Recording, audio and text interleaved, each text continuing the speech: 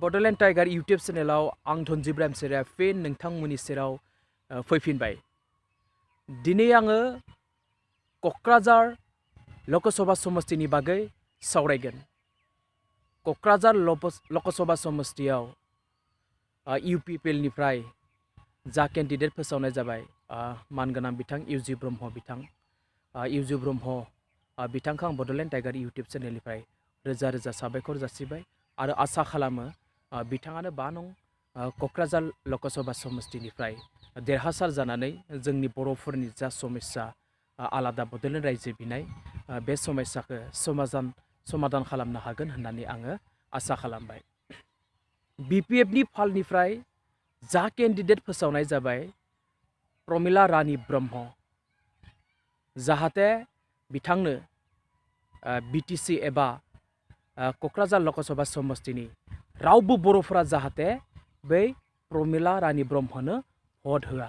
मानो होनोब्ला बे BPF पार्टियानो जाहैबाय बर'फोरनि एगेन्स्ट, बर'फोरनि मोजां बाथ्रा साना, बड'लेण्ड नाङा होननानै बुंग्राया बिसोरनो, दिल्लीयाव थांनानै दिसपुराव थांनानै बड'लेण्डखौ हेंथा होग्राया बिसोरनो, मोनद' हारिनो ST होनांगौ होननानै बुंग्रा NOC होग्रायानो जाबाय BPF एबा प्रमिला रानि ब्रह्म। प्रमिला रानि ब्रह्म बायदि सासे जधामूर्ख मिनिस्टारखौ MP नि थाखाय केन्डिडेट खालामनाय जादों क'क्राझार लकसभा समस्तियाव। बेफोरबायदि सासे जधामूर्ख बड'लेण्ड बिनो रोङि सासे आइजोनो जाहाथे रावबो बर'फोरा भट होआ। मानो होनोब्ला बियो जुदि देरहानाय थाङोब्ला बड'लेण्डखौ होबथाबाय थागोन। मोनद' हारिनो जा ST होनायनि NOC बेखौबो बिसोर होगोन आरो नाजाबाय थागोन। बिनिखायनो प्रमिला रानि ब्रह्म बायदि सासे हपलेस मानसिनो जाहाथे रावबो बर'फोरा भट होआ। दिसपुरावनो प्रमिला रानि ब्रह्म एबा BPF नि सासेबो मिनिस्टारा बड'लेण्ड नांगौ होननानै डिमान्ड खालामनो हाया। आरो इथिं दोङो बिश्वजित दैमारि, रायजो सभायाव बड'लेण्डनि फंसेबो सोदोब बुंनो हाया, बर'नि समस्यानि बागै फंसेबो सोदोब बुंनो हाया। बेफोरबायदि पार्टिखौ रावबो जाहाथे आसा खालामनानै भट होनो नाङा। आसाम एसेम्ब्लियाव BPF नि मिनिस्टार आरो MLA फोरा जेबो फंसेबो बाथ्रा बुंनो हाया, बर'नि मोनसेबो समस्या बुंनो हाया। नों बर' मिडियाम फरायसालिफोरा प्राय जोबलांजोबनो हमबाय। बेफोरबायदि मोनसे ओरैबायदि गाज्रि अबस्थायाव बर'नि थाखाय जा सेपारेट डाइरेक्टर अफ इडुकेसन बेखौ बिनानै लाबोनो हाया। बरन्स बड'लेण्ड रायजो बिया सेपारेट डाइरेक्टर अफ इडुकेसन बेखौबो बिया। जायखिजाया समस्यानि बागै बिथांमोना जेबो बाथ्रा बुङा। दिसपुरावनो जा दिल्लीयावनो जा फंसेबो बाथ्रा बुङा, खालि हेंथाल' बाथ्रा बुंबाय थागोन। आरो हाग्रामाखौ आङो गुरैयै खावलायो, नोंनि जा माराम जानाय पिस्तल आरो AK-47 खौ लानानै बर'फोरखौ बे 2019 मायथाइनि जा लकसभा इलेक्सन बेयाव जाहाथे जेबो दम होआ। माराम जानाय अस्त्रखौ लानानै बर'फोरखौ धुमखि दाहो, अस्त्रजों इलेक्सन गेलेनो दा सान।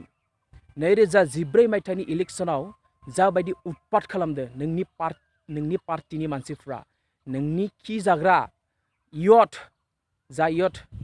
इयथफोरखौ अफिस फाथि दोनदों, बेफोर जाहाथे जोंनि बे इलेक्सनाव रावखौबो जाहाथे जेबो धुमखि होआ, रावखौबो जाहाथे इलेक्सननि केम्पेन खालामनो थांनायाव गामि मिटिं खालामनो थांनायाव जाहाथे उन थांनानै डिस्टार्ब होआ। 2014 मायथाइयाव जोबोद डिस्टार्ब खालामदों, सोरखौबा बुनाय, सोरखौबा बुथारनाय।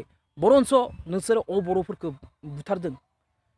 बिनिखायनो आं गुरै खावलायखायो, अस्त्रनि धुमखिजों इलेक्सन गेलेनो दा सान, जेब्लाबो साननो नाङा।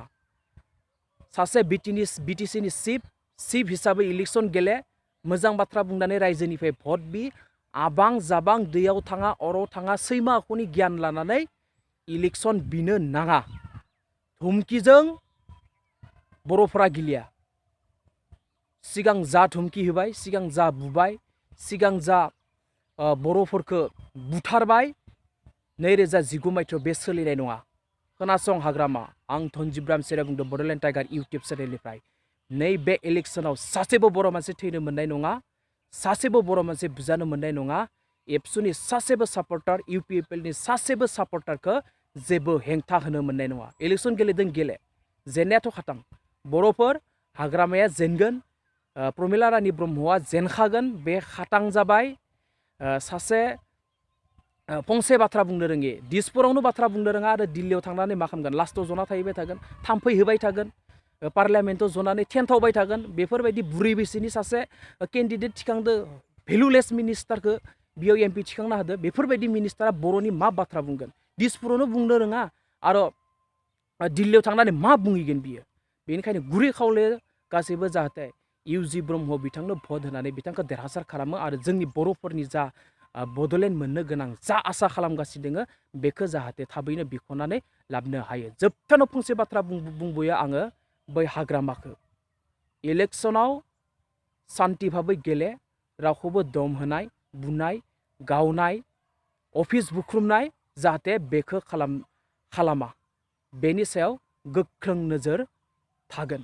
गोजोन्थों।